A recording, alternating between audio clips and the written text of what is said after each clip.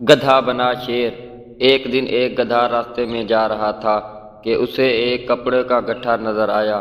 اس نے جب یہ گٹھر کھولا تو حیران رہ گیا، اس میں شیر کی کھال پڑی ہوئی تھی۔ گدھا بہت خوش ہوا اور اس نے شیر کی کھال اوڑھ لی۔ اب میں کیسا لگ رہا ہوں، یہ دیکھنے کے لیے گدھے نے قریبی تالاب میں جا کر اپنا عکس دیکھا۔ اب میں شیر بن گیا ہوں، اب میں ان سب کو مزہ چکھاؤں گا جو میرا مذاق اڑاتے تھے۔ گدھا بھاری قدموں سے جنگل میں داخل ہوا۔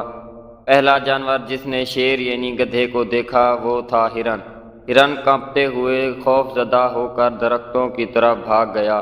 گدھا اپنی کامیابی پر خوش ہوا، اتنے میں دیکھا کہ آگے لومڑی آ رہی ہے۔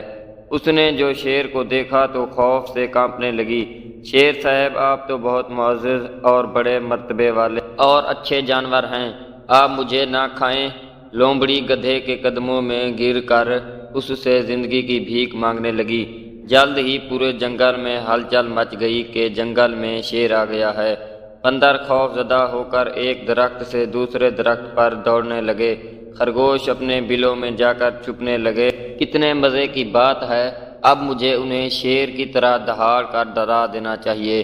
گدھے نے اپنے آپ سے کہا اور پھر شیر کی طرح دہاڑا، لیکن اس کی دہاڑ میں الگ ہی آواز نکلی، ڈھینچوں ڈھینچوں۔ سب جانوروں نے یہ آواز سنی اور باہر آ گئے۔ انہیں گدھے کی اصلیت جاننے میں دیر نہ لگی کہ یہ دراصل گدھا ہے جو شیر کی کھال میں آ گیا ہے۔ سب جانوروں نے آ کر گدھے کی وہ درگت بنائی کہ مت پوچھیں اس کا کیا حال ہوا۔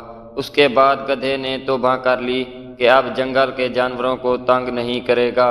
اس کہانی سے ہمیں یہ سبق ملتا ہے کہ بے وقوف جیسا بھی بیس پہنے، اس کے بولنے سے ہی اس کی بے وقوفی کا پتہ چل جاتا ہے۔